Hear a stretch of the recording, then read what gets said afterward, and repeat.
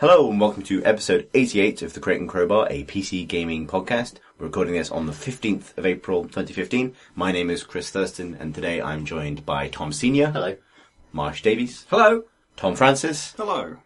And the intonation suggests I've got to say another name. And myself, Chris Thurston. Can't count. But who can count? Marsh. Marsh. Yes. Don't make me count. I'm a humanities graduate. Okay. Don't end badly. How many games have you played this week that you want to talk about in the podcast? Happily, it's less than 5, so I can actually count that high. I want to talk about Deadbolt, which is a game that Tom Francis recommended to me, and you can play it for free because it's on itch.io, or itch.io. I think it's itch.io. You can play it on that website. itch.io, all one thing. We'll go with that. What even is it? Itch.io. It's like some kind of massive indie. You can buy things on there, but it also seems that people put up games for free there. Yeah, I think it maybe started as a way to distribute your game for free, but allow people to donate if they wanted to. Right. And so originally it was most things on there would pay what you want, and these days you can set a minimum price, which means people have to pay that much, but they can also pay more if they want. And also they've kind of, I think you can also just set a single price, and so like Gone Home is on there now, and some bigger games are coming to it now. Well, this doesn't seem to have a donate button. It doesn't seem to have been intentionally released. The page says, "Oh, I guess this is out there now."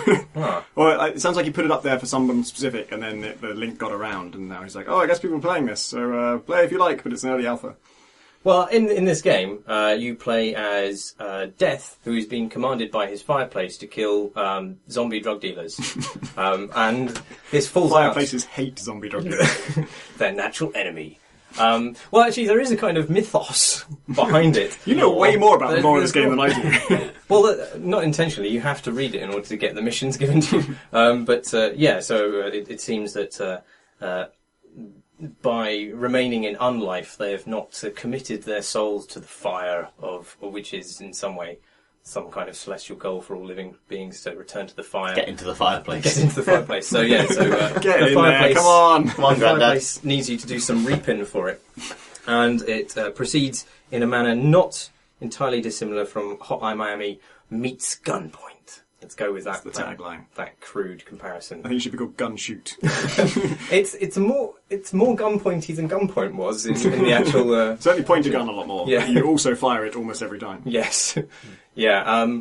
So it's a side-on game. It looks visually not totally incomparable to Gunpoint in that you're looking at cutaway buildings, multiple floors, and it has the similar sorts of interaction with the environment in terms of being able to go through doors and appear on the floor above. Like the language of those levels is very similar to Gunpoint, but the manner in which you go through them is very similar to Hotline Miami. Like, you have to tap dudes in the head with minimum number of shots because you have very limited ammo resources. You can't move and shoot at the same time, but you do have full kind of mouse movement, so you can aim in an arc, although pretty much everything is at head height, so not much point firing to the ceiling. It's exactly the same thing of going up to a closed door and looking at who's in there and figuring out, okay, if I shoot that guy first, that guy's going to hear me and this is going to happen, and therefore I should, strategize in this way and take out those three and then quickly duck behind that thing and then I can take out those other guys, which is exactly like Hotline Miami, only it's a different 2 dimensions. Yeah, exactly, yeah. There's also some sort of extra navigational element in that you can go through vents, although you kind of just puff into smoke, and there's a noise of a Zippo lighter being flicked open. I don't know why that sound effect, but it's a really nice sound effect, which means you can transfer yourself between vents in different parts of the building and also toilets. And if you do that and somebody's sitting on the toilet, they explode. Have you actually done that in game, right? Yeah. Now I know why Marsh has been playing this game. Toilet assassination. Why does the ventilation link to the loos? I don't think it does. I think the loos always link to like a drain outside and vents link to each other. Yes, but you go through both in the same way. Actually. Yes. But it's extremely... That's not my only problem with this high concept. Just terrible building planning. Wire the toilet directly to the vents. Poo is just constantly pouring out into the rooms. Yeah. But it's really snappy and great and extremely hard. I don't know that I can ever get past level 4. I think I think I'm further than level 4, therefore it's possible. Is that can do it. Is the level 4 you have to assassinate little Yeah, snuff? I've just done that one. Oh no, wait, no, I haven't actually done it. You see, that's... Yeah. I assassinated him. Oh, you did? And then a bunch of people showed up, and they were easy people to kill, and I just fucked it up in the stupidest way ever. And it's on video, and you can watch it right now. Oh, really? Excellent. Oh, we'll link that. It's, I did a video of this, and I played it before. I played the first 3 levels or something. I hadn't played that one, but I played it, all the ones leading up to it. And so for the video, I replayed the latest one I'd done, so that it was known territory. So I could explain the mechanics, and then went on to the one that I didn't know, and did like 6 attempts at that level, and fucked up pretty badly. But the way I actually died was like a crowbar guy. I was just running away from him, and then I tried to hide in a bathroom and close the door behind me. I had a gun with like 10 shots. I could have easily killed him, but I was trying to... There was other people behind him, and I was worried about what was going to happen next, and it's all about figuring out not just can I kill this guy, but when I kill this guy, who else is coming running, and do I have enough ammo to deal with it? And yeah, ammo is really scarce. It's like, you get a gun, and it's just that mag, and nothing else. I mean, I say this in gunpoint, you get 6 bullets for the entire game. Yeah, but you don't ever need to shoot it. Yeah. So. Yeah, so it's all about, like, the challenge is, how do you get through this with this little ammo? Yeah, and the enemies don't always drop weapons either, which means that... Hardly ever. Yeah, you need to find weapons on levels and make your way to them while conserving ammo. But what I really like about it, other than the fact that it's, it's just fairly simple, really, but enjoyable to play. But there are lots of, and there aren't as many kind of affordances in the levels as something like Gunpoint. But like we said, maybe he didn't mean to release it this early. I don't know, but they're just loads of really nice animation touches. Like just the animation of it, which is simple pixel art, it looks super sweet. There's little touches like you go back to your fireplace and you walk past the table and it just says fix photo, and he just sets up a photo frame correctly on the table which had fallen down, and it just looks really nice. And when he opens like fridges to get behind them as cover, like the doors kind of spang a little bit when they open, but it's all done. It's all suggested with like the minimum number of pixels to communicate the fact that the door's kind of reverbing, and it's I really admire. You love a good spang. I do love a good spang. Yeah, in the fridge. I find the gunplay in it really, really satisfying, and it's one of the most satisfying shooters. The sound of those bullets is astonishing. Like, I had to turn the volume way down on my PC because it's louder than... maybe it's not actually kind of, in terms of the raw decibels, louder, but there's a harshness to the way those shots resound, which just sounds super horrible. And, people's brain pans just explode and kind of cast what seem to be procedural blood splatters across the wall, which is another point of admiration. Which is great because... in a 2D game, there's always a back wall. There's always, like, no matter where you shoot them, there's always a wall for blood to splatter onto. So every single kill makes this massive streak of blood. And if you, like, shoot them with a sawn-off shotgun, they often get shredded into little chunks, and those bounce around. I had one, like, bounce through a door. Spanging and well-rendered bodily fluids. There's, like, 2 tick boxes for a fighting game. You can throw knives. Yes, yeah. Pick up kitchen knives and stab people with them and throw them. And I think that's, like, completely silent, which is awesome. And yeah, just all the guns are really good. And shooting people in the head is really satisfying because that's like, they take a lot of shots, it seems, if you go for the body. So you have to get headshots, and so when you do that, it just feels really like proficient. It just feels like being a proper assassin, like walking into a room, just shooting every single person in the head exactly, and then it just being over. And the game kind of pushes you towards that style because of the incredible rarity of ammo. How do you take down the big dudes with the short-off shotguns? Because I did it with a revolver in one of the previous levels, but then I'm at a level, the aforementioned impossible level, where I run out of bullets before I even encounter one of those guys, and so I need to pick up a machine gun, but it seems like I can just empty an entire clip into one of them and it doesn't do anything. I did kill them with a Tommy gun, but I was hiding behind a TV when I did it, so I was able to, like, pop out, spray a load of bullets, and then when they fired, I just randomly ducked down, and it happened to be when they fired. And then it takes them so long to reload. There was 2 of them, and after one of them had fired, it seemed like neither of them could fire again for like 2 seconds.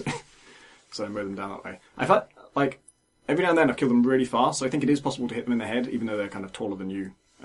Right. Depending on the angle. I think if you're close to them, it might not be possible, or just not easy or not intuitive. But yeah, if you can shoot them in the head, I think that makes them go down faster. Sorry. Yeah, it's super cool. It has that just instant replay thing where it doesn't really matter that you've died. In fact, your deaths are often kind of pathetic in some way. Yeah, I had one where, because you run out of ammo, that's often how you die, and I had one where, like, right at the start of the level, again, you can watch this because it's actually in my video, but I tried to deal with the first room, and a heavy guy came from the upper floor down to chase me, and I just wasted a bunch of bullets on somebody, and I literally had no ammo at all. And outside, I was in the dark, but there's a street lamp in front of your car. You pull up to these missions in a really fancy, kind of old-fashioned car, and there's a street lamp between my car and the door, and I'm between the street lamp and the door. And so I'm in the dark, and the zombie can't see me, but he's just kind of wandering around randomly, and eventually he's going to wander close enough to me. And I can't shoot him because I've got no ammo, and I can't go backwards because I'll be in the light, and I can't go forwards because they can see you within a certain range in the dark. So I'm just like, I'm just going to stand here and wait for death. And you are death. The irony. And then when he actually walked up to me, the heavy guys are the ones with the sawn-off shotguns, and so it just blew me into just chunks, and you just saw like my skull just roll into the streetlight. It was really good. Yeah, I kind of wish there was more of an ability to come back from those situations. Like Hotline Miami, you can always kill people with your hands, however, regardless of how unlikely that is. And it would be You're deaf here, so you'd think you'd have some way of... No, in Hotline Miami 2. No? One of its biggest flaws is that there are completely fist-proof enemies that require a gun. It's the same problem. It's the I've now fucked myself because I can't get to the tool that is necessary for this enemy. Can you throw your guns? Yes. Yeah, that's the one. That doesn't work on gun. They're bullets. Oh. They need bullets. You can't just like... It's not like they're allergic to gun, particularly. Like, yes, a gun. Like, the nature of their invulnerability is if they touch a gun, they die. No, it's the bullets, really. Yeah. Can you throw bullets? No. Well, it's good anyway, so you should play it, probably. Sounds good. Yeah, it's fun. I like it. From one hyper-violent fantasy to another, what have you been playing, Chris Thurston? I have been playing Grand Theft Auto 5, which is a popular computer game with primary school children. Apparently. Which came out on PC at long last after a 18-month delay this week. I'm reviewing it for PCG. Primarily, I think, because I'm basically the only person who has never played it before in any form prior to this one. Oh, really? Yeah, I had no experience with the console version at all. So I kind of come at it from the point of view of somebody who's treating it like a action game released this year, I guess. And I'm not going to lie, having read a lot of things about it over the 18 months that people have had time to play it and write things about it, I wasn't expecting to be blown away by it because of a bunch of things. Mostly to do with the single-player campaign. I really, really like Grand Theft Auto 4, for context, and I really, really invested a lot in that game when it came out. I also really like Red Dead Redemption. But I've always had sort of concerns about where Rockstar's kind of like creative direction was going with the kinds of games they were making, the kinds of stories they were interested in telling. Particularly the way that certain parts of their storytelling matures really rapidly, particularly from a technical point of view, the fidelity of the world and the quality of the motion capture and the acting and stuff like that. Yeah. Whereas other parts of it don't mature at all. There's great swathes of GTA that are still a kind of punky, DMA designs game from the 90s where just being able to run people over is subversive and cool. And, we were talking the other day, Marsh, about how GTA 4 was almost the game that invented ludonarrative dissonance training. Great. Or at least it was one of the first times where the narrative ambitions of a game and the fidelity of the world the game was set in clashed so dramatically with what you actually do in the game that it would be notable. They had this quite well realised protagonist in Nico Bellic. But I think that's to its credit that it had those ambitions in the first place, even if it was problematic. Sure. And GTA 5 is fascinating to me because not only does it not care to solve any of those issues that are raised in GTA 4, where it's like, hey, you're this person who's ostensibly real, and we put all this effort into making them look and sound real, but they do ludicrous things every day, and they operate in a world that is realistic to look at, but deeply gamey in its kind of execution. Not only ignore it, they actually kind of start hanging lampshades on it really, really quickly in the single player campaign of GTA 5, which is where I started. So, because I decided I was going to start with the critical path and kind of work through it to an extent, and it has 3 protagonists. You switch between those protagonists in a technique that's actually kind of cool in its sort of technical execution, being able to flip between people and kind of find out what they were doing in the world before you went back to them. But it's also kind of far more aggressively gamey from the beginning than GTA 4 is. Like, people forget that you don't kill someone for quite a while in GTA 4. Like, your first missions are all, like, low-level crime, driving around, stuff like that. It really invests in selling the world. And the first time you have to grab a gun and shoot somebody is actually quite a big deal. This game opens with a massive gunfight. There's a massive gunfight in the tutorial, but also, like, one of the first missions for Franklin, who is the most confused character they've written in that game. Franklin is a kind of a young black guy from Los Santos, LA, who starts the game having previously run with gangs, no longer wanting to run with gangs, working legitimately actually, but in something that's kind of shady, but it's at least a real job. And then you have to go, and he's a repo man, he goes and picks up, vehicles from people who can't pay off the bills anymore, which is how they teach you, picking up vehicles and driving around. But you're sent to pick up a bike, and in picking up a bike, which is ostensibly a legitimate activity and that it hasn't been paid for, you kill an entire Latin American street gang. And afterwards, your friend says, actually, I think Franklin says, no, it's your friend, says, man, I don't know what's up with this, 1980s action movie body count you've got going. And it tries to hang a line to him, and it's like, well, that's not his fault. He didn't choose this entire scenario to be totally absurd and kind of lose you from the beginning. Because he's also he's this nice young man who tries to help out in his community and helps people in the same neighborhood as him for free. And then guns down an entire gang full of people in the first couple of missions with him. Yeah. Later on, there's a moment where, this is no spoilers or not for the very, very beginning of the game, you switch over to controlling Michael, who's a former bank robber, retired, bored, having a bit of a midlife crisis, whatever. And, he has kids that don't appreciate him and a wife that doesn't appreciate him, and it hints that his wife is sleeping with his cartoon tennis coach. His cartoon wife is sleeping with his cartoon tennis coach, because that's the kind of thing cartoons would do. And she does. And then when he's driving to get his revenge with Franklin, he says, "Man, I can't believe she did that. And it's such a cliche as well." And it's like, yes, it is a gigantic cliche.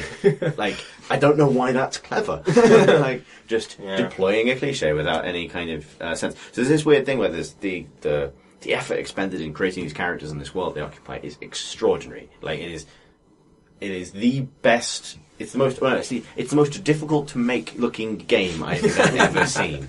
It looks like it was really, really hard to do all the things that game does. It does, yeah.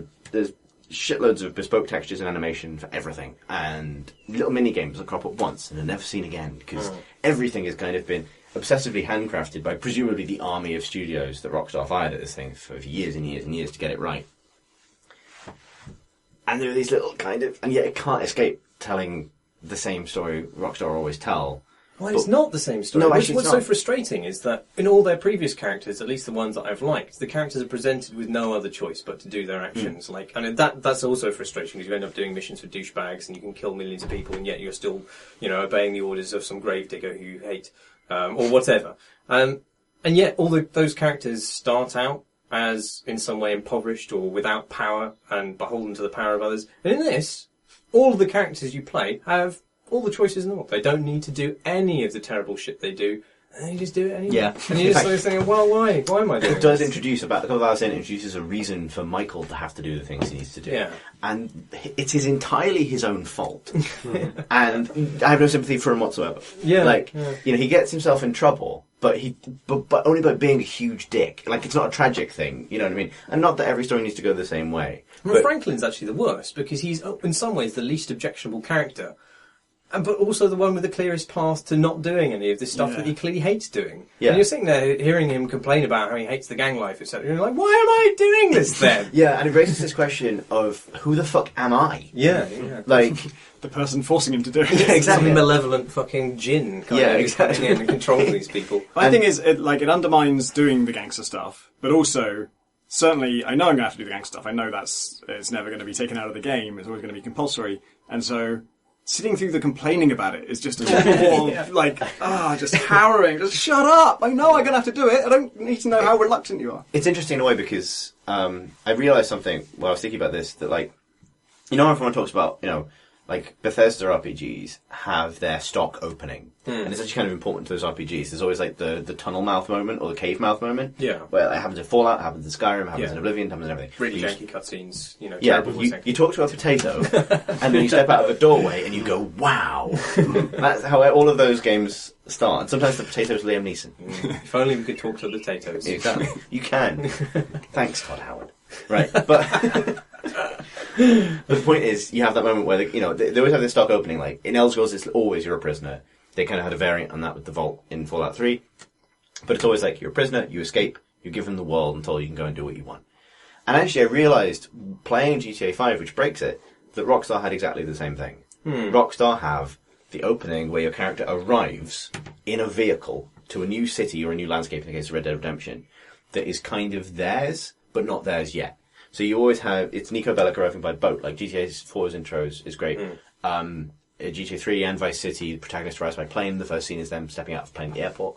The beginning of Red Dead is this amazing scene-setting train ride through the countryside. San Andreas, I think you just arrived back in town, haven't you? Yeah, you've just gotten back in town, which is kind of exciting, you have a pre-history with it. But that is their stock opening, or it was. And it serves to deliver a lot of stuff, but also serves to establish who you are in relation to it creates a really simple point of connection between you and whatever dickhead you're playing. Yeah. Build that connection with you and the dickhead. Because at least the one thing you have in common is that you're experiencing the city kind of for the first time together, right? Yeah. Within the opening moments of GTA 5, you control 3 different people. You skip time, and there's like I'm kind of paraphrasing myself from a thing I wrote today, but this is a kind of important distinction. The opening has like a kind of what the hell just happened twist in it that it's not going to explain for a long time, which further distances you from the characters you're controlling. So you're controlling 3 of them. They all have deep roots in the place that you're just encountering for the first time as a player. And those roots are really important in different ways. And so it's on those characters to explain themselves to you constantly. Like, it's got far more exposition than previous games did, because you have to find out kind of what Franklin's been up to, or what Michael's deal is and how his life has gone. And it's on those characters. And so you have this weird thing where, even though technically you control Michael, you only really find out what the deal is with Michael when another character tells Michael. Right. Yeah. Even though Michael clearly knows. And so this is a car journey where one character's going, well, I know you did this, and then you did this, and then you did this. Well, Michael goes, yes. Those are the pertinent... I was there for those times. It is more dramatic it is dramatic to reveal those pertinent backstory details now as opposed to earlier when they happened to me. Like, and it's clumsy, and it just, like, yeah. Do you think... Sorry, that kind of the same thing is done much better slightly later when you play as Trevor, and you're on the drive into the city, and you've got Wade with you, and Trevor tells this, like, really clumsily tells this fairy tale story that's basically about him and Michael and how it all went down, and it's just the hatred and everything that's gone on, and he tells it in this clumsy way to his subordinate in a way that's like completely believable to his character and makes complete sense, and they just kind of it happens over and over again, but that's a good way of doing it as opposed to that the way you describe it. For sure, like, and this thing is, like, I kind of don't dwell on this because I kind of get to the point where I really, really like the game. Right. Because there is stuff that I really, really love about it. That's been, like, a huge delight to discover. But this was my frustration at the beginning of the game, I guess. Was like, this just hits you in the face with, like, this is really fucking clumsy. And it's also, like, it really wants to be a crime film. But it doesn't really get crime films, because of the nature of the thing. And ludonarrative dissonance, is the oldest thing in the book now, but, crime movies are about, like, the fragility of power, really, fundamentally. Like, you pick a crime movie, really, regardless whether your main character is starting at the top or at the bottom, the traditional, like, and it's not, and whichever direction that arc takes, the fragility of life relative to the power you gather. This is true of Game of Thrones as well, which has elements of this too as well. It's always, like, it's all, it's tragedy. It's like classical tragedy in huge ways. It's like you have all of this and you can lose it at the moment's notice, and this is the terrible thing you've got to do to maintain it. And those are the core dramatic ideas of the movies that Rockstar apes. But the game itself is the absolute opposite of that. It's a game that's fundamentally about going up a very, very steady curve of completely rock-solid power. Yeah. Like, that you will never lose, that will never be threatened. And GTA 5 complicates that even further by starting different characters at different points on that curve. And then Michael has far more money than Franklin, that kind of thing. And then just kind of saying, deal with that. And it just saps all the dramatic irony out of the thing, because there's really no reason to care about anything. I wonder if this is why they put in things that they know are cliches, like you're this successful former gangster and your wife's sleeping with a tennis coach, and they know it's a cliche and they put it in as a cliche without any further commentary or doing anything with it. But I think they just want to be a crime film, and they've seen that in crime films, and so they feel like doing something that's cliche in crime films is a big check on the box. It's like, yes, we've done it. Yeah. We've mimicked that motif without any actual... The most charitable Yeah. way of kind of interpreting it is to see the game as kind of like Crime Hero, whereas Guitar Hero would be like, Right. where you kind of, where the, I mean, not the new Guitar Hero they've just announced, which looks atrocious, but like the old ones where it's like, this is a cartoon simulacra of an experience you might kind of fancy from watching music videos, watching concerts or whatever, and we know it's not real, but we're gonna do the silly giant Satan guitars and everything else, and you'll just ape it for a bit, and it'll be fine, it'll be fun, because it's a game. And GTA used to be that, and it still is really. It is kind of like, yeah, of course that would be what would happen if I was really this middle-aged gangster. I'm just gonna kind of, basically the answers don't think about it too much, but. Yeah. It's too late for that, for one thing, and for the other thing, is that they spent so much money and technology and effort and skill getting these actors in and getting the performances realised in such a substantial way that like Sixth Form review Scorsese is you kind of like, they don't have an obligation to do more with it, but it's like, holy shit, if no one else is going to do it, it could beat you. The trouble is one of the few games that's broken into the mainstream sphere, and it then at that point it becomes a kind of ambassador for all gaming, and it comes under criticism for not being, not standing up to film criticisms and not standing up to every form of criticism that can possibly come at it. And Rockstar have never. The social commentary has always been dumb and full of wee jokes. It's always had jetpacks, it's always had batshit stuff, and they're kind of still doing the same thing, but people are like expecting more of them. I think they expect more of themselves as well. Like GTA 4 was intentionally a kind of move towards some sort of, gravitas and more somber realisation of the city and crime. It does want to make you care. Like, I don't think they expend that much effort. I don't think you can say the whole thing is ironic, because when it is trying to be ironic, you really fucking tell. Yeah. Because it really does go for it. And on that, like, the stuff that's always been funny about GTA, like the talk radio stations and the news and the stuff, is presented in higher detail with far more of it. You can go and watch surrealist Italian parody films and stuff if you want, and all that kind of thing. One of my favourite lines from your impressions piece was the point where you're unsure whether you hate the vapidity and kind of pointlessness of the characters, or whether you just hate LA. Yeah, and that's the thing. Is it fine? I don't know. Does that for you excuse it? If you could just hang it all there on are parts of it that does, and I might write something subsequently about this, not in the review, because this is a much bigger topic. Yeah, but like. I read a great article, and I've totally forgotten the name of the author because it was linked to me on Twitter, about LA recently, and it was impressions of LA from someone who grew up on the East Coast, and it's very funny. It's just a funny skewering of LA. It's fish in a barrel, really, but LA opens itself to being skewered as just a void, I think is the way it's described. It's, LA doesn't really care who you are or what you are, it just lets you kind of be in a way that no other city on earth kind of allows you to just sort of be. Which doesn't make it kind of satisfying to be a protagonist within that environment, probably. Because, LA itself, is so malleable, it's a series of motorways pretending to be a city. Like, and the game does a phenomenal job in its environmental design and everything else of evoking that.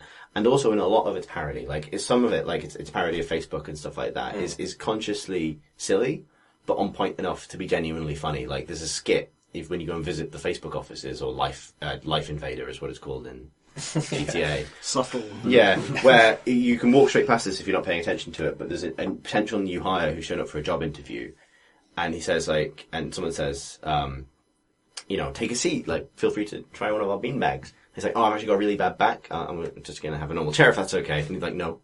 Sit on a beanbag. And you can just listen to him in pain on a beanbag for as long as you want to stand there. And it's stuff like that is great. And when it's sights are set on stuff like that, it really works.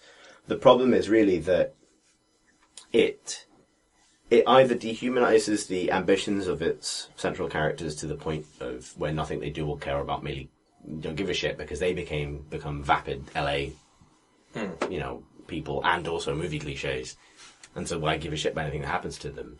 The other thing is that the lens of that criticism, that the view of LA isn't open enough, and this is something that I have to fucking figure out how I'm going to write about because I know exactly the kind of worms that's going to result from this. But it is specifically, like, male-centric or phallocentric criticism of LA.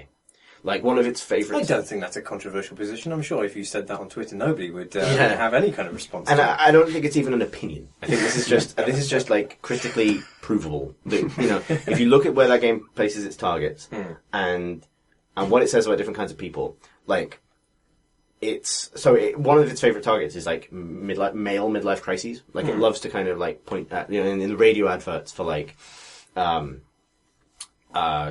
you know, Viagra equivalents or all this stuff or whatever. You know, it's kind of like, it's all about men losing their edge and the kind of stupid shit they'll buy in order to prove themselves and whatever. And the story's a lot about that as well, because it's unique. It's all men trying to prove themselves or recapture something or capture something for the first time. And Michael proving himself to Franklin and Franklin proving himself to Michael. And it's all this kind of like male crisis is the theme of the story, which is fine in terms of character motivation for individual characters, but it's basically the entire motivation of the world. To the point the women are exclusively presented in the part I've played as either players in that drama or total cartoons of one form or another. They're either, you know, vapid obstacles or they're vapid goals. And that's not really a political view of the game. It's just a kind of, it's the point where it's not like LA. Right. Because women go to LA and have their lives ruined as well.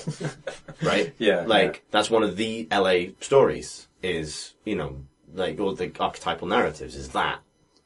And, you know, if your goal was to skewer the, you know, the culture of that part of California, that would be included in it. And it's pointedly absent. Or where it's presented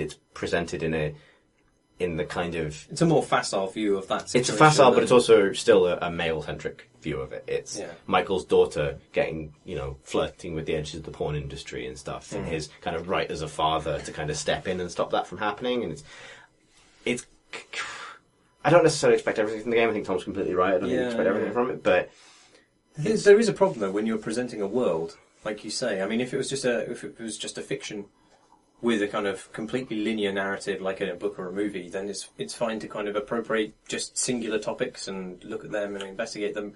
But when there's such a fidelity given to the environment and the things that you can do in it, I suppose it does create an expectation of there being a more kind of But wouldn't it create a new type of dissonance where the world was actually this really like reasoned place? Then surely the characters you have who are these cartoon stereotypes would seem even more ridiculous. I think it just needs a little bit more balance.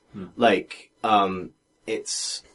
It wouldn't be terribly hard for them to do that, given the amount of bunny pockets that they dug into. Like, it needs them, I think, maybe to resist the really obvious low-hanging fruit when it comes to, like... I mean, because... you shouldn't even have to say this. There are shitloads of weird stereotypes of dudes in there. But there are lots and lots of ugly stereotypes of women, and it very rarely subverts those stereotypes. They're just sort of presented without comment. The spoiled... you know, Beverly Hills housewife. Presented without comment, the crazy quote-unquote feminist. Presented without comment, the girl in the clothes store who is mean. And where the male characters are afforded a bit of depth, weird like journeys through their own stereotypeness. So, you know, Franklin is the young gangbanger with a heart of gold kind of thing, and Michael is the retired bank robber with, you know, kind of like a strange protectiveness of his family and whatever. Even the NPCs actually, like the FIB contact Michael has is like a proper person who, like, he has reasons for why he's doing the shit he's doing, and you know that's more than it's afforded to. Yeah, and weirdly, like the only other defense you could offer of it is, well, this is not the world. This is the world through the eyes of the person you're controlling. Yeah. This is how Michael sees his family. It's not necessarily how necessarily is.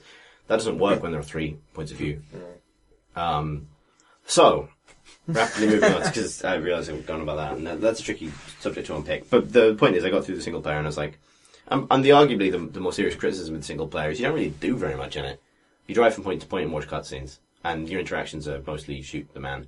Somebody, I've been impressed. I had a really good time with some of the heists. A little bit later on, like I've gone to the start of them now. Yeah, that's the time when actually calling in all those movie cliches really fucking works. Like looking at the board with all the plans on and getting to choose whether you want to do the quiet thing or the loud thing, and then the switching between characters. You know, you get to play all the cool bits of a heist movie, and it like that fantasy is intact in those impressive missions. It's also pointedly intact in online.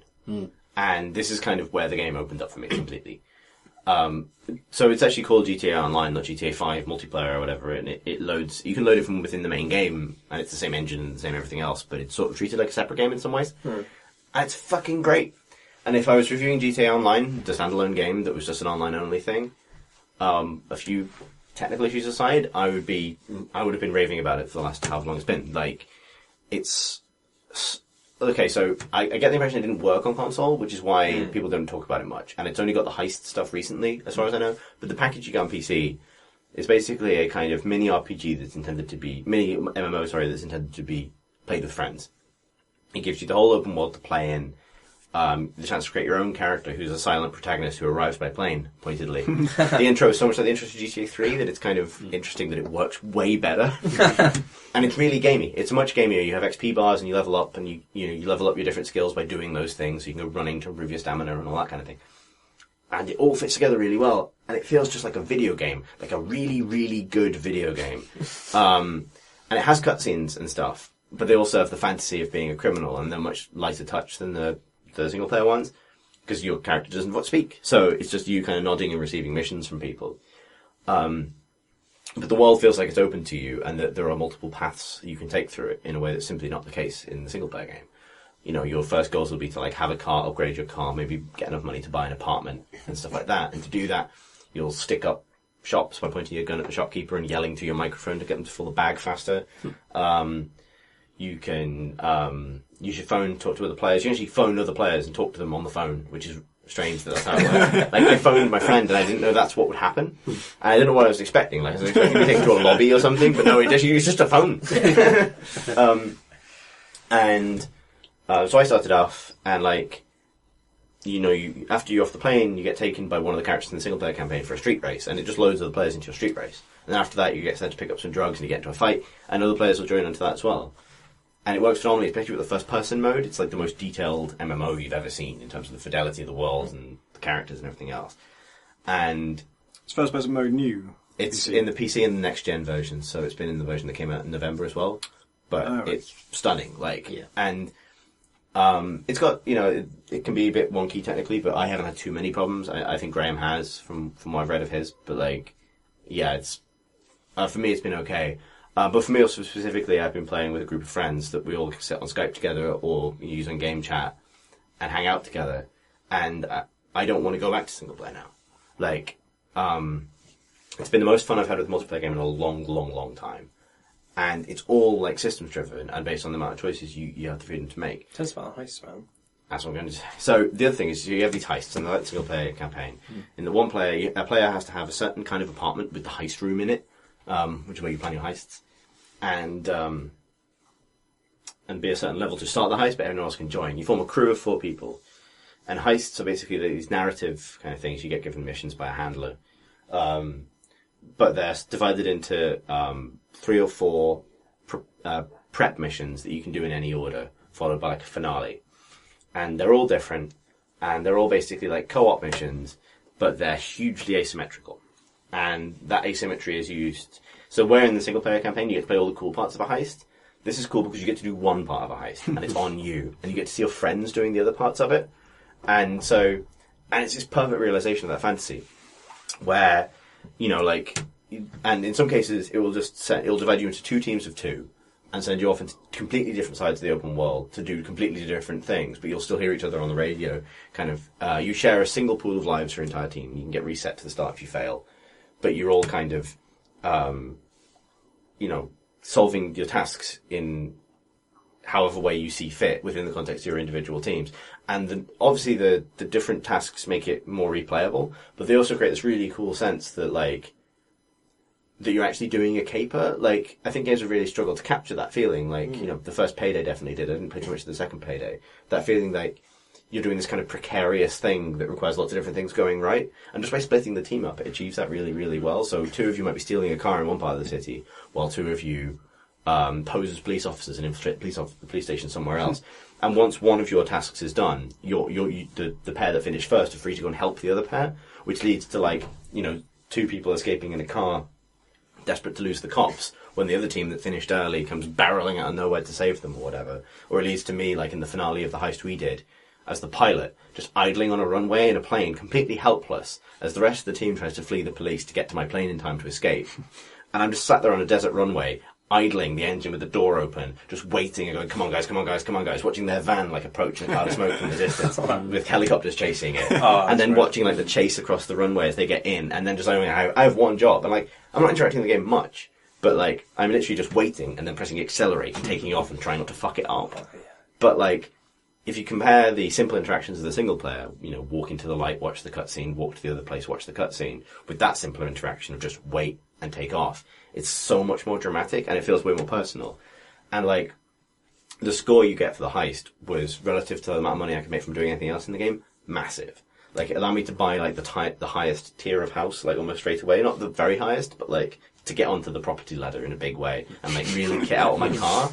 And it felt like cheating at life. You know that fantasy and like, the fantasy of crime is you get to skip ahead at life. Yeah. Like, I'm rich now. And like the heist ends with this scene of your characters all clinking champagne glasses and cheering.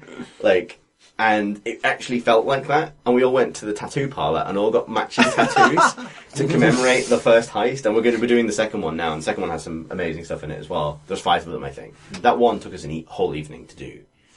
And it was fucking great. Like, just a whole game of that.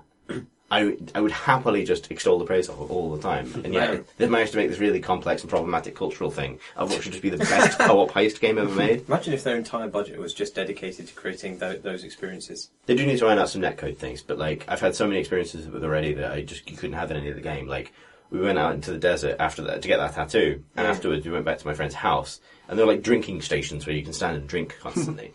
And my friend Dan got hammered.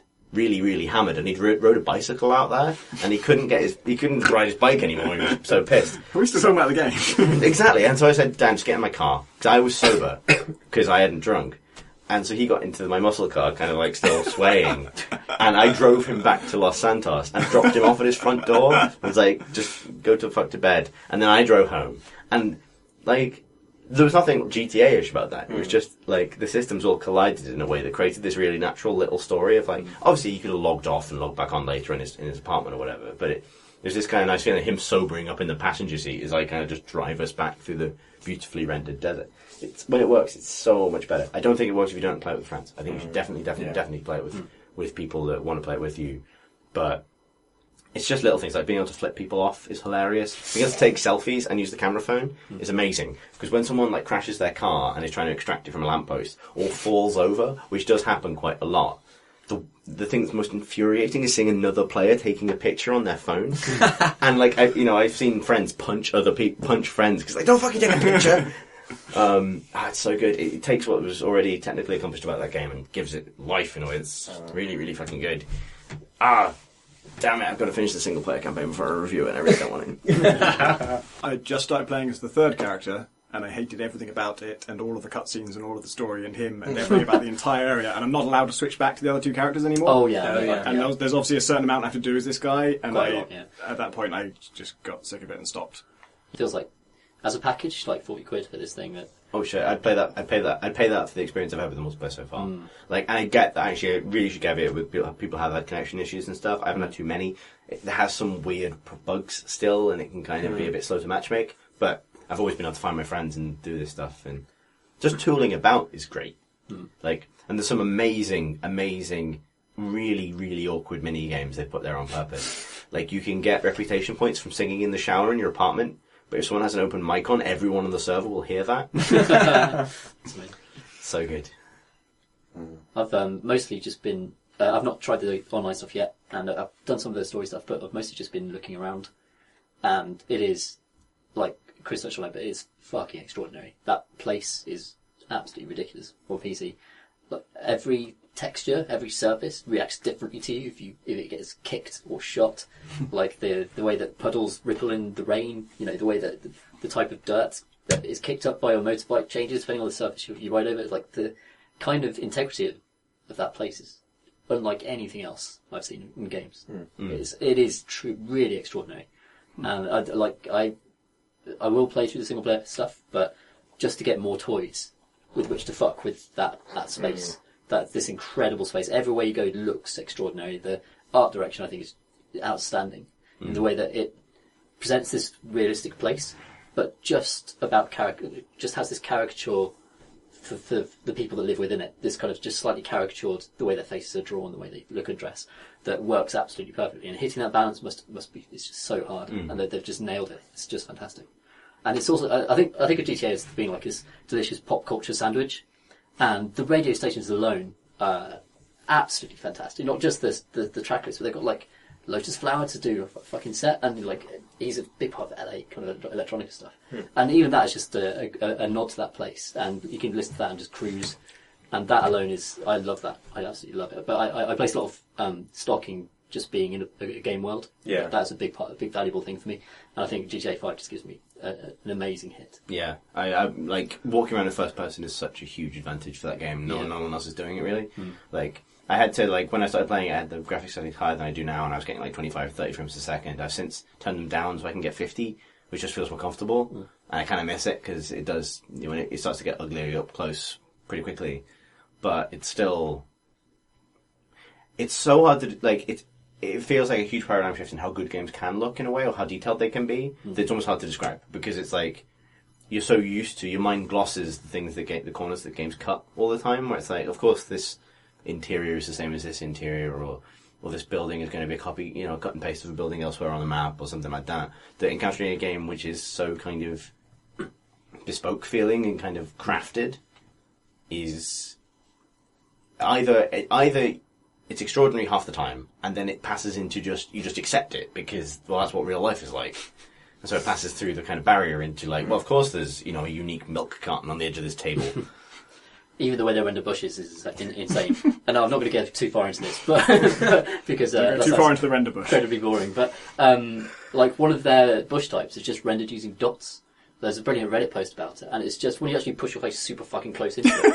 It's just dots, but like arranged in a kind of like voxel type pattern that looks absolutely just impeccable. Distance to 6 feet, and then other bushes are just normal textured things. And they've developed different techniques for different types of fucking bush. That's how ridiculous this game is. I just have this image of retired heist master Michael pushing his face into this voxel bush. Saying, look, it's made of dots. It's like there's a moment last night. I was playing quite late when I was just driving through the city at night in my cool tricked out car that I like, pretending to be Ryan Gosling in the movie Drive.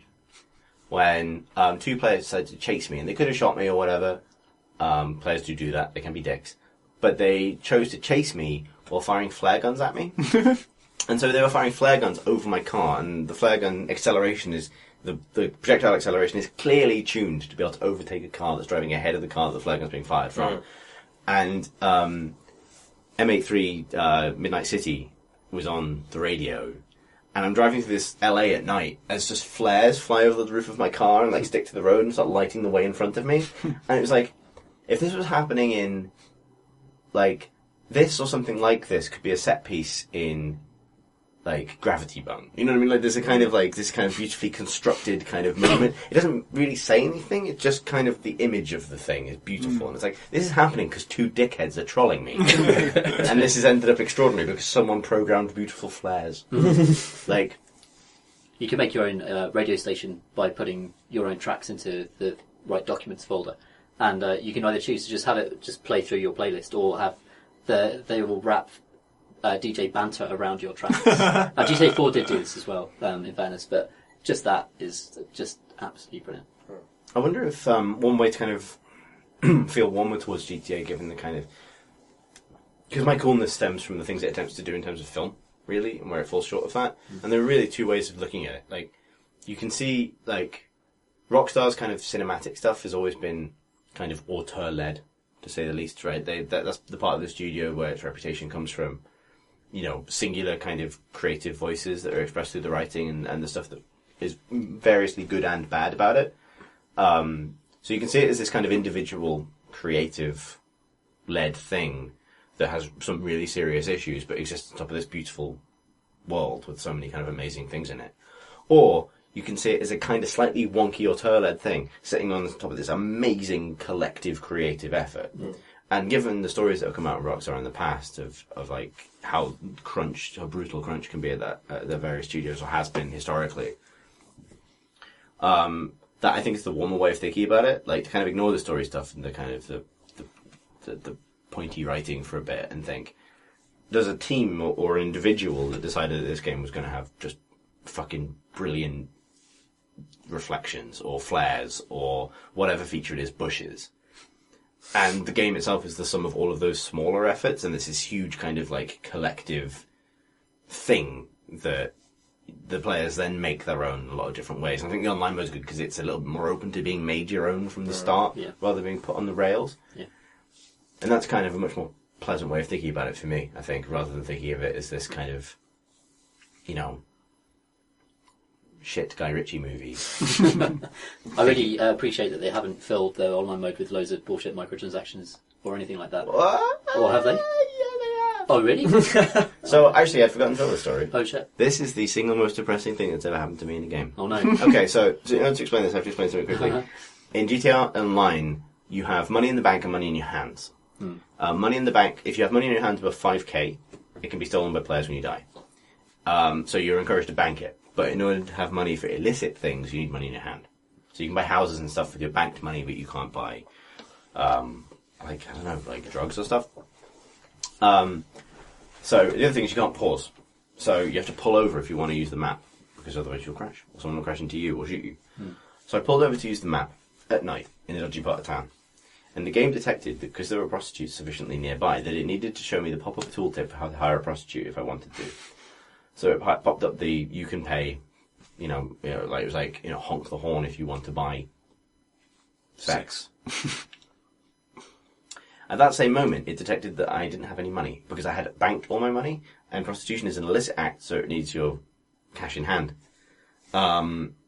And so, detecting that I didn't have any money, it then subsequently popped up the tooltip for what happens if it detects that you don't have any money, which is, if you'd like to buy some money with real money, press A, or whatever.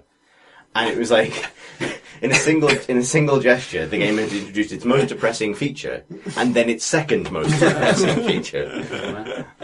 So to literally pay real money for virtual sex. Yeah, exactly. I was on the, it's like the notion that, you're literally being confronted with a tooltip to pay $1.99 for sex hookers, and that was like, so it's made like, so from the, and that was actually not long after being chased through the city with the flares and the moment of transcendent indie pop beauty.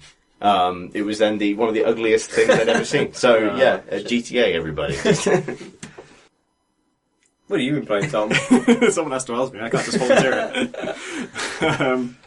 I've been playing a bunch of little things. Deadbolt was one of them. And the other two were Wildfire and Circa Infinity. Am I getting that right, Tom? Yeah, that's right. Because you posted about that today on PC Gamer. I did, and I've yet to play the build that they sent over. Oh, they send you one? They did, yeah. It's really good. So the guy described it to me as being like Super Hexagon as a puzzle platformer. And so it's concentric circles rather than concentric hexagons. And you are standing on... There's a lot in common with, if you ever played an indie game where you're running around on planets and jumping from one planet to the next, it's a bit like that, only all of the planets are concentric. And they're either black or white, alternating.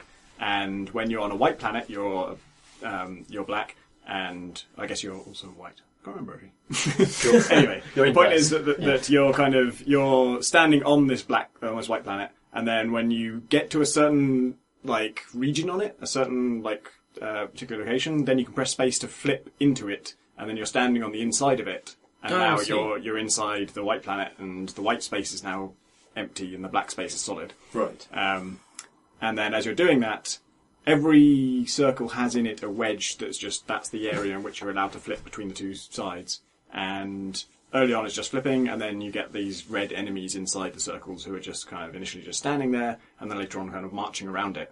And they're weirdly drawn. They look a bit like sort of the enemy in Qbert, if anyone remembers that. Like sort of very ugly, crude, pixelated monsters. And they're the only red thing, everything else is black and white.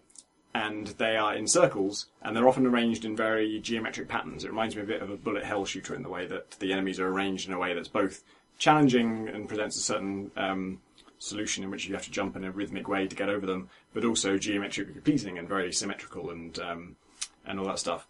And they're also rotating most of the time.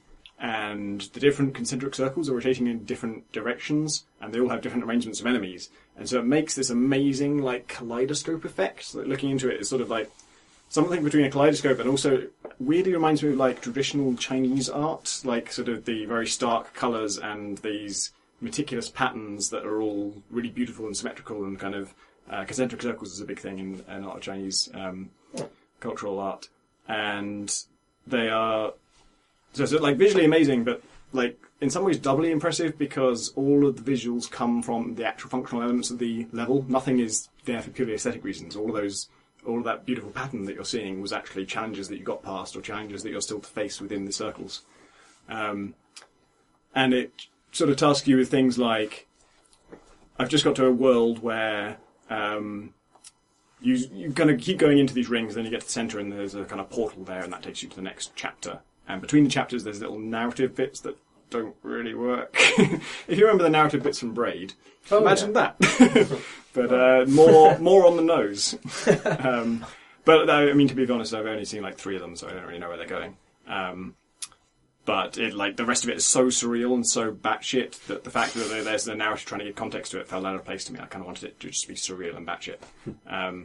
I've just got to a world where you get to the wedge part of the circle where you can flip through, and it's completely guarded by enemies on the other side. And so if you flip through, you die.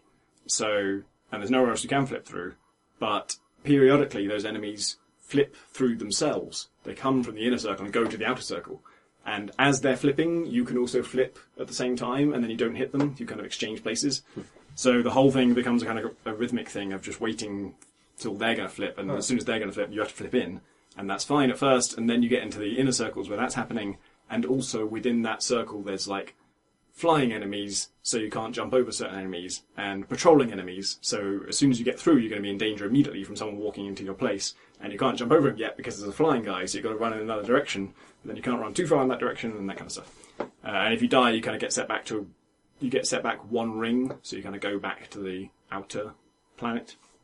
And it, like, I didn't get anywhere with Super Hexagon because it was way too time sensitive. It was just brutally Twitch based, and I just don't have the kind of skill you need for that. And I get frustrated very easily.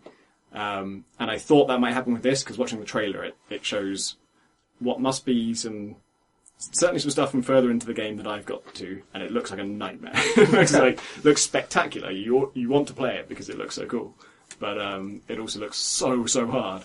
And I was pleasantly surprised that the game's actually intuitive and leads you in very gently, and there's lots of first few levels are just very manageable. And if it's going to have a hard level, there's going to be 8 easy levels before it rings.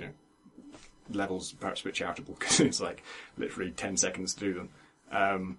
And often, this is a weird thing actually, for something that feels like a puzzle game where it's trying to introduce mechanics, there'll be a ring where they're teaching you that, you need to jump over these enemies, and then a ring where you need to get past these moving enemies, and then there'll just be like 2 or 3 more rings where you just have to get past the moving enemies again. And it's the exact same challenge, just shrunk a little bit.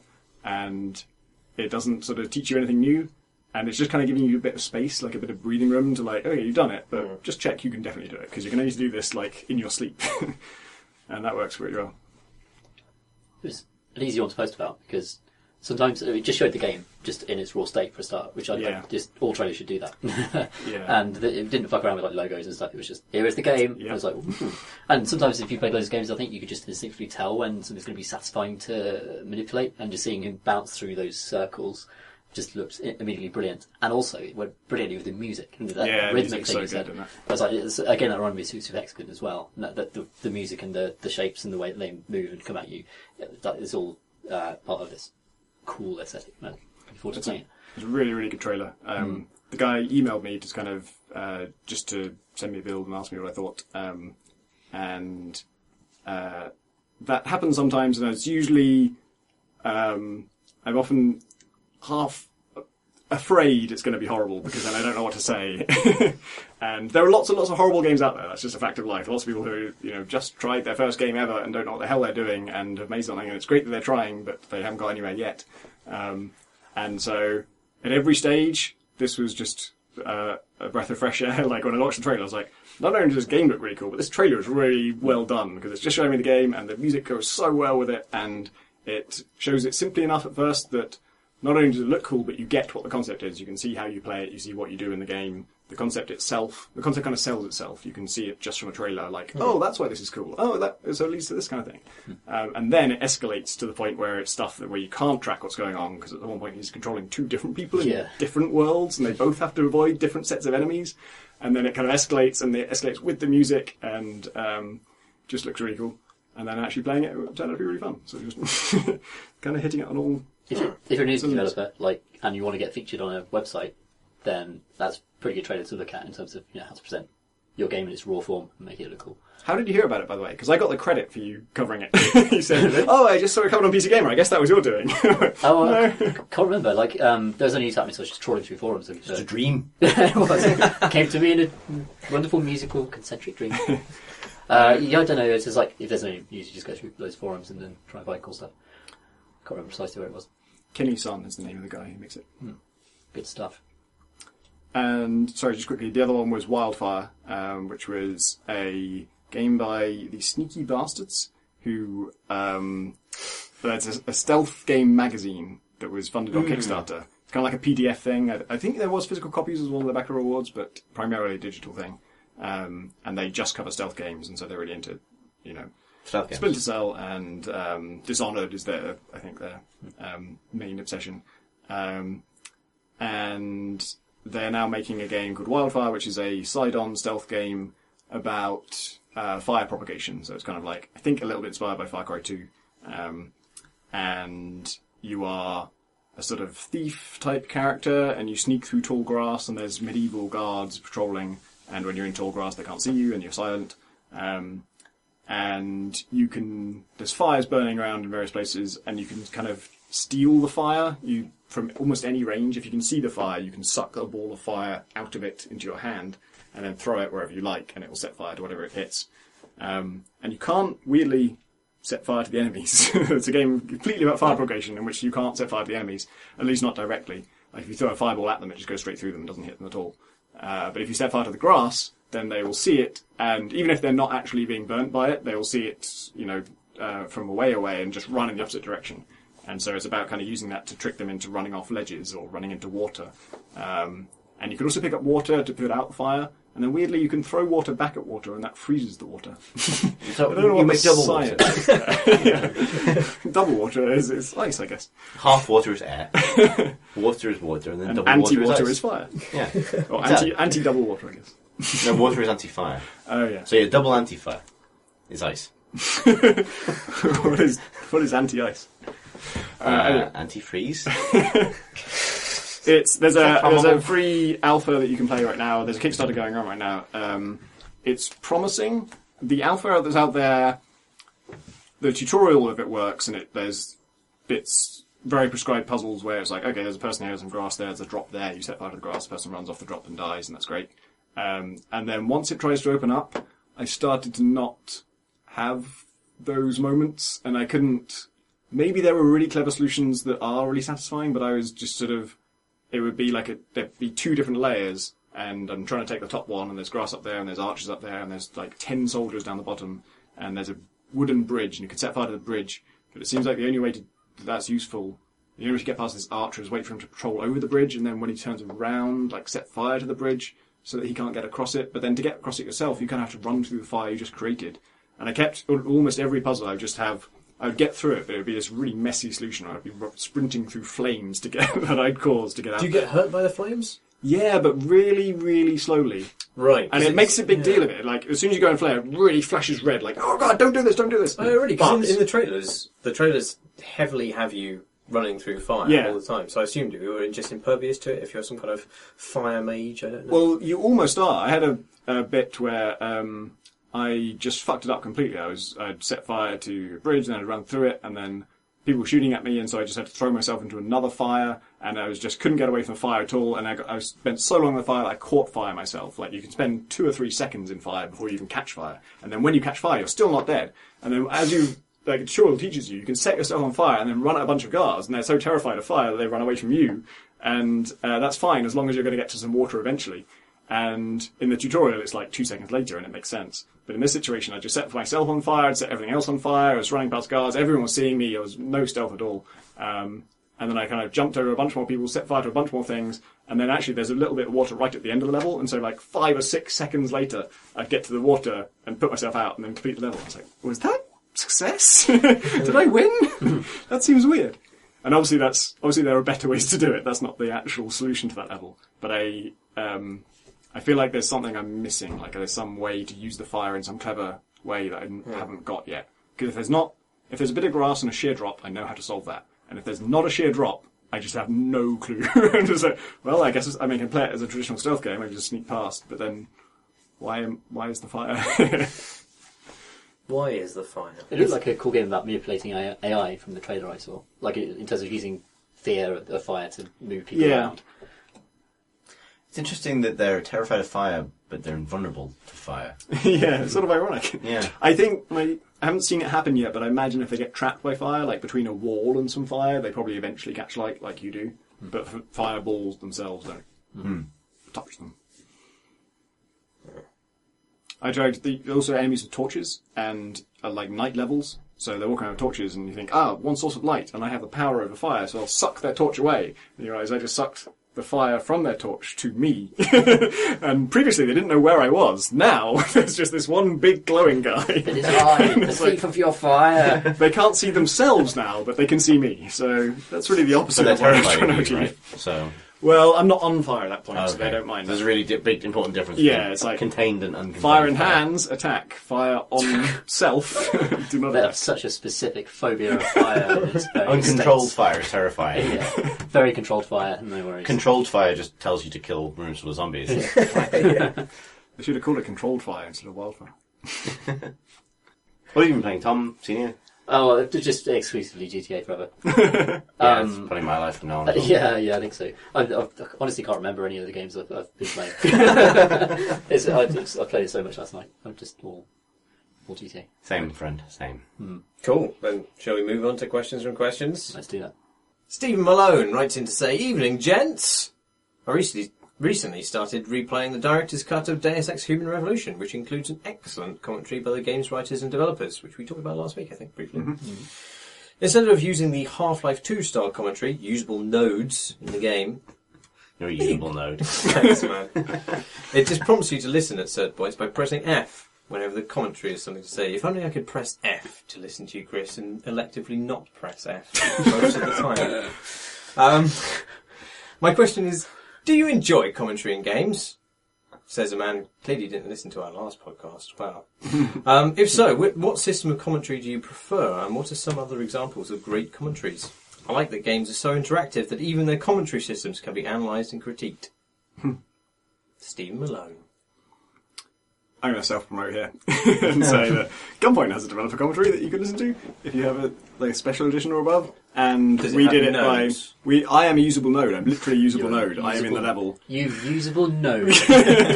John did a great sprite of each of us, himself, me, and the lead musician. And so you will see me in the level sometimes holding a spanner, because I'm a programmer.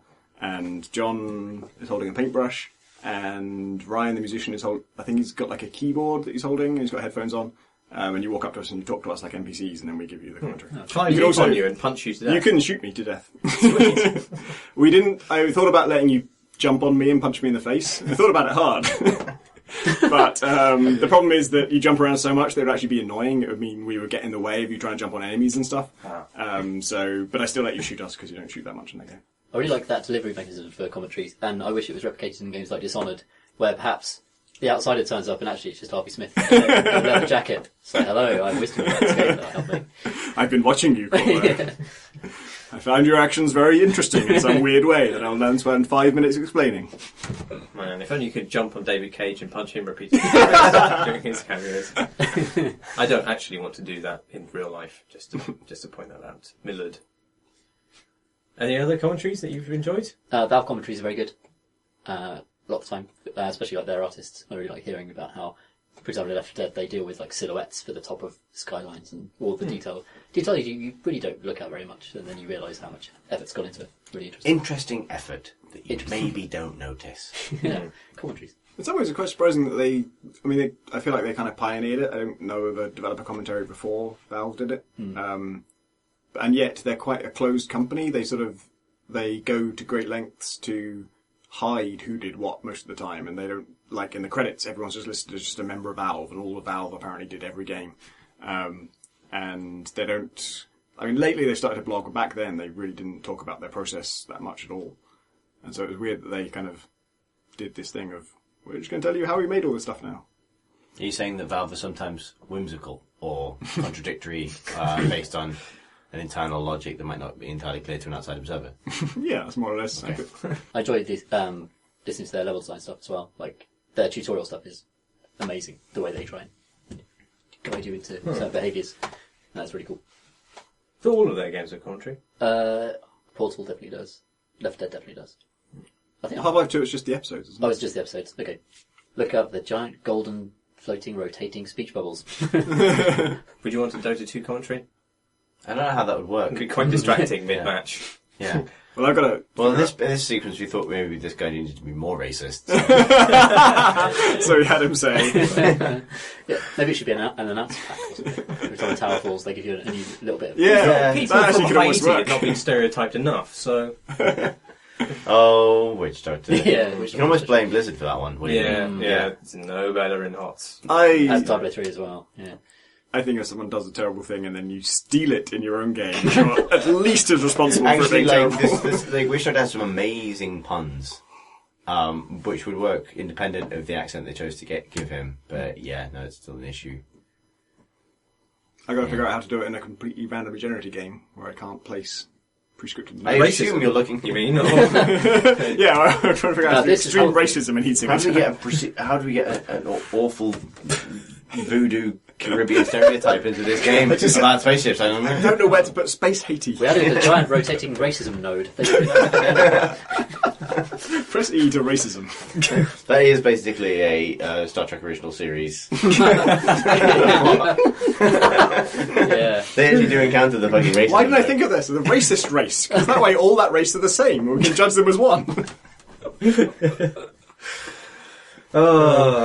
Robbie Boyter writes in 2 questions to say, Dear Questions, back when I was an obnoxious teenage atheist, I once played through Civilization 2 refusing to research the most basic religious tech, which I believe is polytheism. This caused a difficulty since many other texts and buildings chain onwards from it. Also, even once I had developed an industrialized society with tanks, trains and packaged goods, my science advisor was still advising me to check out that hot new polytheism. My question is this. Apart from moral choices and pacifist runs, have you ever played a game a certain way for ideological reasons? Did you face interesting difficulties or situations? All the best. Robbie Boyter from Toronto. Also, he says he's been listening for episode 1, but he still has difficulty telling the difference between Marsh and Thomas's voice. So just to clear it up, I am Tom Senior. My name is Marsh Davis. There you go. Yeah, that's sure. That's A joke. It was the other way around. Oh. I really, after his story, I really want to know what texts do lead on from polytheism. What was he prevented from doing? Because it's impossible if you don't believe in Pottery. enough gods. Pottery. You can't make pots. It can't be done. What would you make pots of? Exactly. What do you put on the sides? I don't know. It has to be gone. They have no idea how to store like the ammunition or rations for their tanks or whatever. If only we Oh, had a God, basic I mean, religious framework, then we could store this ammo in something. It's a hard sell to say that anything directly leads on from polytheism. You were saying that it's a shame Graham wasn't on this podcast because... He played Minecraft as a vegetarian. He wasn't allowed to kill pigs and things to get their meat. And I think... probably these days every possible thing can be eaten, but I think back then it was difficult to do that. Like, there's mushrooms that grow, but I think you can make a sort of shitty soup out of it. It's true in real life, so. But, Chris, you were saying you played that Yeah, way. I did the same way because when Minecraft came out, I was veggie as well. I can't really think of... I committed to it, but only because eating meat in games felt weirdly transgressive in a way that doing other things in games that I wouldn't do in real life, like killing people and punching the ground, No moral issues there, but just a difficult thing to do. Exactly. Just those things didn't feel transgressive in the game, but for some reason, punching pigs to death in order to eat them did. I think the pigs in Minecraft are cuter, and therefore it's wronger to kill them than it is to kill real pigs. In real life, even as someone who eats meat, I wouldn't punch a pig to death and then immediately eat what was remained, like raw and without you. Yeah, Hypocrite. I haven't done that in a long time now. Yeah, exactly. I know I do. I mean, we've spoken so much about my weird playthrough foibles, but I'm constantly making weird, arbitrary decisions about how I'm going to play a game. Like, I don't like to shoot shopkeepers in Grand Theft Auto 5 when I rob shops. I like to back out of the door backwards because sometimes they pull a gun on you if you turn. So I just walk out of I walk into the inevitably massed police outside backwards every single time to avoid having to kill the convenience store owner. I think there are very few games which actually countenance any kind of ideological position that would be in any way, produce friction with the game. And this just doesn't happen very often, does it? So in Spelunky, the best way to play really is to kill the shopkeepers after a certain point. You should rob every shop, because if you're good enough at it, then not only do you get all the items, but you get to keep all your money. And for a long time, I just wouldn't do it because I just didn't like it. I just didn't want to be killing everyone. I didn't want to be wanted. I didn't want to be stealing everything. It just felt really kind of cheap and nasty. And I also just really liked the economy, and I wanted to save up money and buy things. I'm just such an addict to capitalist society that I wasn't prepared to murder people, even when it was in my interests. And I kind of weirdly, eventually that broke down, and I caved, and I did kill shopkeepers, and that's how I got to hell, and I eventually completed the game the hard way and sort of did the ultimate achievement, not the hardest achievement, but kind of completed it the real way. And then since then, I haven't really done it again. When I play it now, I don't kill shopkeepers. I've gone back to my moral stance of now that I have what I want, I'm prepared to be ethical again. I think I get it in almost every 4X game or even management game where I kind of want to create because of the victory conditions, because they're ultimately strategy games, the victory conditions are always kind of absolute in some way, like literally kill everybody or convince everybody to believe what you believe or build a rocket and leave the Earth or whatever. Whereas I kind of like the bit where it's kind of I have a functioning state that's kind of at peace with all its neighbours and trotting along happily in the middle of the pack, but that's how you lose. Yeah.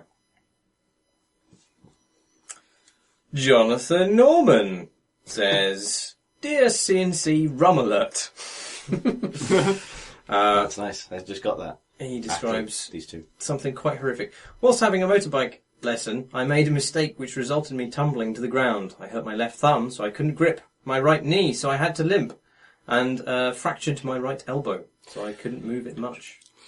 I was able to use an Xbox 360 controller to play games if I had it on my lap, but I struggled to drink since I couldn't grip the cup with my left hand or get it close enough to my face with my right. Have you ever injured yourself in such a way that it affects your ability to play games? Thanks for the podcast, and I've mostly recovered now. This isn't the first time that a listener has had a bike-based calamity and written in about it. I think we've actually answered this question before, but I think it's worth repeating. Stay safe out there. Yeah, don't listen to the podcast and turn corners. No. It sounds like this guy did not injure himself because of us, but No. the last guy did. It was actually our fault. We laughed too loud and he fell off his bike. Yeah. That was too loud, Marsh. Just Sorry. take that laugh. Sorry, whoever was affected Apologies by to that. who Yeah. just died. Oh, God. I don't have an answer to this particularly, but I did mention before that I get RSI from using a mouse and keyboard for too long, and so I tend to play things with gamepads these days if I can. So I'm intentionally veering towards anything I can play with a gamepad. So I probably will play a lot of GTA 5. Oh, well, there is actually an RSI question later. I don't even know where his name is on this. Oh, it's there. Stixie, who wrote on our forum about dealing with RSI. Do you have any suggestions about how to cope with that if you're a gamer? No. Right, okay. I'm just trying to avoid using mouse and keyboard because I use mouse and keyboard all day. Right. Did you reply to this guy on the forum, Chris? There was a left-handed person. Yeah. There was a left-handed person I replied to on the forum. Oh, is that not the same thing? It is. He is also left-handed and an RSI sufferer. Yeah, I can help with the left-handedness, not with the RSI. Tom, you experimented with an ergonomic keyboard, one of those split tilted things. Yeah, I still use that actually. Does that work? Yeah, what I found was useful was I used that at home. Oh no, actually I ended up using them at home and at work. But for a while I was using like a normal keyboard at work and an ergonomic one at home, and vice versa. And actually just kind of changing is a good thing in general. But now I'm somewhat rethinking that because when I do my video tutorial things, I have to do them on my laptop because that's got a webcam built into it. And that actually doesn't... I could plug in an ergonomic keyboard into it, but the keyboard I happen to have for it is just a normal one. And my ability to type on that is so poor. It really causes genuine problems. And I think the episodes are taking like 10 minutes longer than they would do if I could just type a normal sentence at a normal rate, which is kind of dumb. But I like ergonomic keyboards in general. It's funny, like, I used to think that those keyboards were really, really weird, with the angles and everything else. But I realised in responding to this question on the forum, because it was also about having to switch from using because there's a problem if you're left-handed and use your mouse in your left hand, which is what I do, but you also use right-handed keyboard controls, which are based around WASD. You have a problem where the vast majority of the keyboard is to your right. Yeah. So your left hand's on the mouse, your right hand's on the left-hand side of the keyboard, which means that the vast amount of keyboard real estate is like actually far away from you. Yeah. Whereas if you're right-handed, it's kind of in your center. And so what I do, and I didn't realize until I had to write it down that I do this, is tilt the keyboard at an angle so that the rest of the keys are on like the curvature of my elbow, because otherwise you have to move your shoulder. So, and which is actually functionally the same as having an ergonomic keyboard, because it switches the angle of the keyboard from just a straight line in front of your monitor to pointing towards your monitor, which is how I tend to use a keyboard now. I don't know if that's interesting. I did once fracture most of the bones in my right hand and learned to play Civ, the game you can play with just your mouse in one hand. You're not going to play anything else. We got two vaguely related questions here about marketing, but they both have the almost diametrically opposite opinion of what marketing does. Let's make them fight. Yeah. So JR writes in to make a joke about Adam Jensen walking into a bakery and saying, "So much pain." But he says that he thinks that internet memes and culture in general is like a kind of resistance to the fact of marketing as an endless phenomenon trying to make us part with our money. And he says, you only need to look at how similar most AAA games look and play to see that marketing teams do a great job of trying to sell us more flavourless game paste and tell us it's pate. Doesn't pate mean paste? Yeah, but anyway. Pie is tasty paste. So much pate. well, the example he uses of this is that Human Revolution is a game that doesn't really need a marketing team to sell it, because it's a great game to the century, and his angle is you could just put it on Twitch and it would sell itself. Whereas, in fact, you get a kind of cinematic trailer showing Jensen as a cyber Batman, and I never asked for this meme in every single trailer. And so he asks, in an age when advertising your game is as easy as a Twitch stream, and where the failure of advertising can become a bigger story than the game it's shilling, what's the proper place for all the marketing and PR that goes into games? And how much is all the punning and internet macros a successful attempt to puncture it? Whereas, Yusuf Cole writes in to say, there's been a lot of discussion about the nature of video game hype machines and how certain games generate huge tidal waves of attention, that they tempt people who wouldn't normally play those games to pick them up anyway. He gives Bloodborne and the Souls games as an example of this, and says that he himself wouldn't have tried to play or enjoy Dark Souls if he hadn't been advised to do so by a friend. So his question is the zeitgeist around fan favourites and powerful cultural totems actually helpful, or are we being sucked into a singular mindset of what games are worthy of attention at the cost of countless smaller, more interesting titles? Keep hoarding those blood vials, says Yusuf. So on the one hand, you've got somebody saying that the kind of cultural phenomenon around games is a way of defying marketing, and Yusuf seems to think that it's a product of, there's a product of, and can actually dampen down the kind of diversity of games. I don't think either of them are right. Like, I kind of think that I don't think that memes are necessarily a natural reaction against marketing. I think there is this kind of level of cynicism about the absurdity of certain marketing gestures that happens in games. I don't think that's really counter to marketing, though. And I think I really games, like that it the way it deflates certain marketing things, which is not necessarily undermining them, but just the way I Never Asked for This became a meme. It just makes me really happy, even though I love Deus Ex Human Revolution, and I love the story, and I even I think that line should be in there. You know, if I was writing it or if I was in charge of it and someone wrote that line, I'd be like, yes, that should be in there. Because I remember, actually, recently I just listened to the PC Gamer podcast where we first discussed having played Deus Ex Human Revolution. And it's me, Graham Smith, Rich McCormick, and Tim Edwards all talking about our first impressions of it. And Rich and Graham, I think, both mentioned which choice they made in that decision. So even before it was a meme, it wasn't a thing that people were talking about back then. But it was still a kind of pivotal moment where both of them felt like that was the time when they decided what their character felt about this whole thing and what path they were what character they were playing. But also, I love the way that it's kind of mocked and therefore sort of takes away some of its gravitas. Because it doesn't actually spoil the game experience, it's just kind of, I really like just stepping back from games and just acknowledging, this is silly. I got robot fucking arms and they're going to be for no reason and I'm barely questioning it. Robot fucking arms. And then I really hope that what's the name of the new one? Humanity Divided? Mankind Divided. Mankind Divided. Fucking arms. I really hope So Much Pain becomes the new meme for that one. Just because that's something that kind of needs deflating, because it is silly, and particularly in that context where you are going to shove your fist chisels through people, and now you can shoot them across the room through people. I do see a reason that those trailers need to exist to promote Deus Ex as an action game. Like, they will get more sales as a result of that, and they will introduce people who had not necessarily bought that game to things, you know.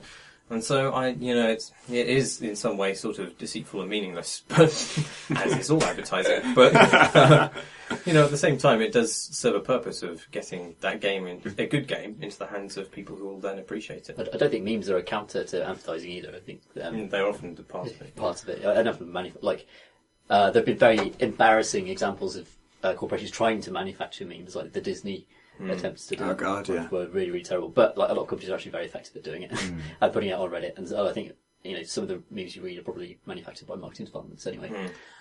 The flip side to that, I think, is that I don't think marketing has quite the amount of power that marketing has a vested interest in telling people that it does. But also the cynical people kind of can assume that it does, to assume that other people are brainwashed in their tastes, whereas you are righteous in believing in your own preferences. I think people are. I think memes, when they're taken from marketing, are one instance of a kind of critical or knowing response to marketing, like picking something out as absurd and celebrating it and making something else out of it. The other thing is that, and that's to Yusuf's question about hype. I was trying to think about whether or not there's been a recent example of a game that was broadly hyped and, had that kind of cultural upswell that associates the game everyone has to play and everyone has to have an opinion on, that was actually shite, as opposed to just not for everybody. Okay, maybe people will be drawn to Dark Souls by the groundswell around it and not like it. That's but I don't think anyone would question the legitimacy of most of the praise for that game. I don't think that's creating a mush at all. You think of these great historical examples of things like Daikatana, where this thing is vast hype surrounding it, and then it turns out to be total dog shit and everyone looks stupid. But the information channels are much more open now. It's not just information about a game trickling out through a tiny number of outlets. Normally, I don't think stuff gets to that stage unless it's... I've seen, not to that stage, but the closest example I can think of recently where, just from looking at the reaction, I never even played it myself, but Watch Dogs was a thing where people were super excited about it right up until a certain point where suddenly it was the devil and they hated it and it had been totally ruined. Well, look at GTA 5. The reviews for that when it came to launch were very, very positive. And in the last year now, we come to it with a level of critical appraisal which is a lot more negative about Perhaps, but I think that's. I mean, that in my that case, wasn't a word of mouth That's thing. a reaction to the things people have criticised it for since. Like, Yeah. this is a weird situation with GTA where it has been out for 18 months and most people have seen all of it, and that's fine.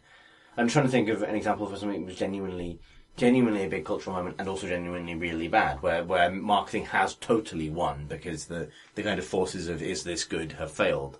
Yeah, I Like, don't think that happens a lot, but there is a risk of there being kind of a monocultural. A monoculture. A monoculture, a monoculture. Yeah, let's just go with monoculture. Monocle.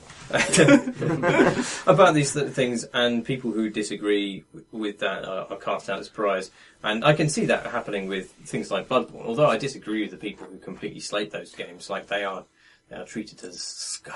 But I think I think you've wandered outside of marketing there and like into just it's a cultural pattern, I think, rather than a monocultural response to a game. Yeah. Where you have the reaction, then you have the backlash, then you have the backlash to the backlash, and that happens every single fucking time. It happened to Bioshock Infinite, it'll happen to Bloodborne, it'll happen to GTA, it'll happen to any game of a certain profile, and that happens after advertising. That happens after the hype has already been generated. That's a process of how op-eds work, really, where it's kind of like, well, you think this, well, I think that. Yeah. Deal with it. The other thing is, I know we talk about these things in a fairly privileged position of being, or having been journalists who write about this stuff, but there is a reason to play games which are cultural totems for the sake of them being cultural totems, you know? I mean, it is interesting to know what's popular, it's interesting to know what's touched a lot of people in certain ways.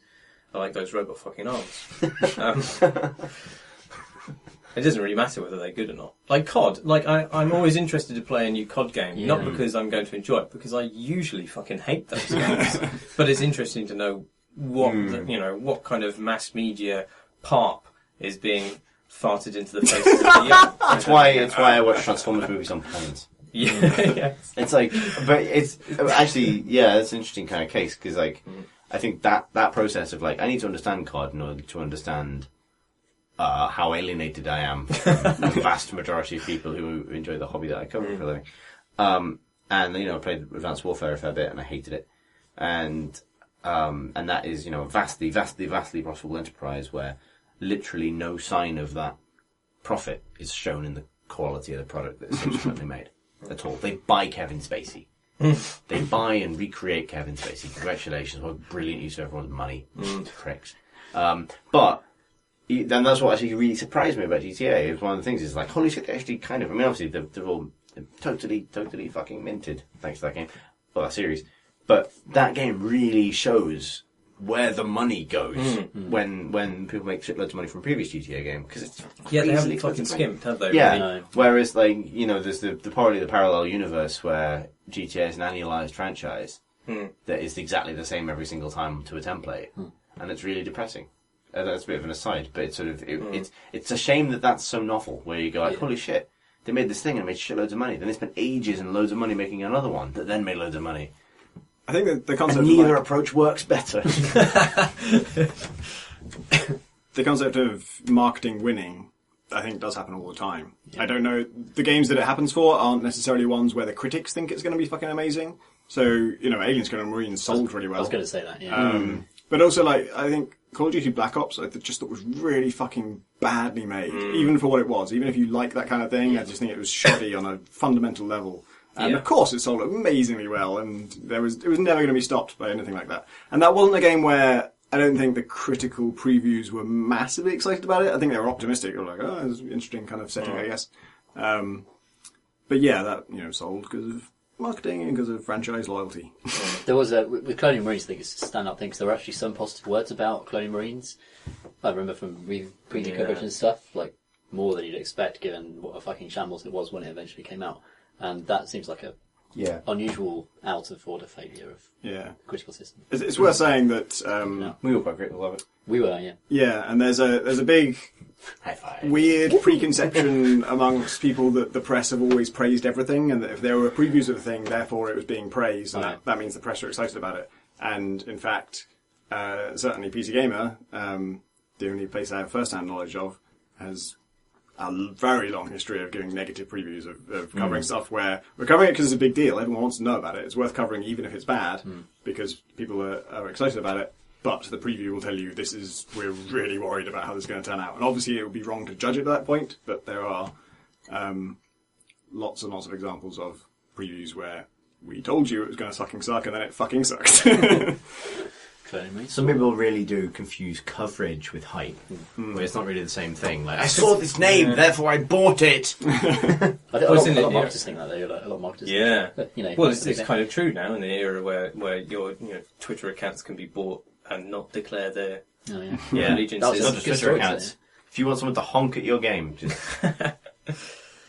stump up. The social media chain article was very good today. Oh god, that made me want to fucking kill myself. But only after I killed everybody else. That article. We should link in the show notes that you too can experience Marsh's despair. It's the absolute barrel of humanity. Like, you remember, if you guys read Hitchhiker's Guide to the Galaxy? Yeah. Well, there's, I'm going to just tell you anyway, this thing you already know. But at some point in the prehistory of humanity, on a planet, they get all the telephone sanitizers together and all the hairdressers and all the other completely useless people in society, put them on an ark and tell them that there's a great global catastrophe coming and they're going to be sent out on this ark to populate another planet. Then they just send the ark out, and obviously there isn't a global calamity. But clearly, the people from social chain are the new telephone sanitizers for the internet generation. If Doug Adams was here today, I think he would agree. We need to put them on an ark. We need to put them on an ark. Send them out. And they'll become the basis of a new race. According to Hitchhiker's Guide. Yeah, there are levels of irony in that which I've not expressed, but you should read the books. We've received probably the most important and vital criticism we've ever received on the podcast, actually, from Henry Stenhouse, who writes on Twitter to say, "Dear Great British Bake Off, cheesecake is a delicious dessert any time of the year. Satsuma slices are a great topping." he's not wrong. Yeah. Spectacular observation, his wisdom. A brutal takedown of our previous stance that those things were not true. We'll amend our ethics policy accordingly. I think you've slept with a Satsuma once, haven't you, Chris? I almost said something fucking awful, but I didn't, because ultimately this podcast has limits. And on that note, we have reached the limits of this podcast. Those are all the questions we've had. If you want to send us more questions, you can do so by sending them to questions@crateandcrowbar.com. Or you can tweet us at Crate and Crowbar, or leave a question on the forum at crateandcrowbar.com/forum if you'd like to tweet us as individuals, as individuals. That phrase doesn't make any sense. I've said like 70 times. You can do so. You can follow us on Twitter. You can follow us on Twitter as individuals by following Tom. Mine is Marsh Davis, and no, I'm Tom Senior, and it's at PCG Ludo LUDO. I'm at Marsh Davis, DAVIES. Listen to my distinctive voice. And I, Tom Francis, am at Pentadact, PENTADACT. And myself, Chris Thurston, am at CTHURSTEN, C Thurston. Well done for spelling your own name. Thanks. And thank you for listening. Thanks for listening, everyone. Thanks for listening, everybody. Everybody. Marsh, be polite. I was waiting for Tom to say thanks for listening. I said the first two parts of it. Okay, well, this has got to fuck some Satsumas. My robot fucking arms.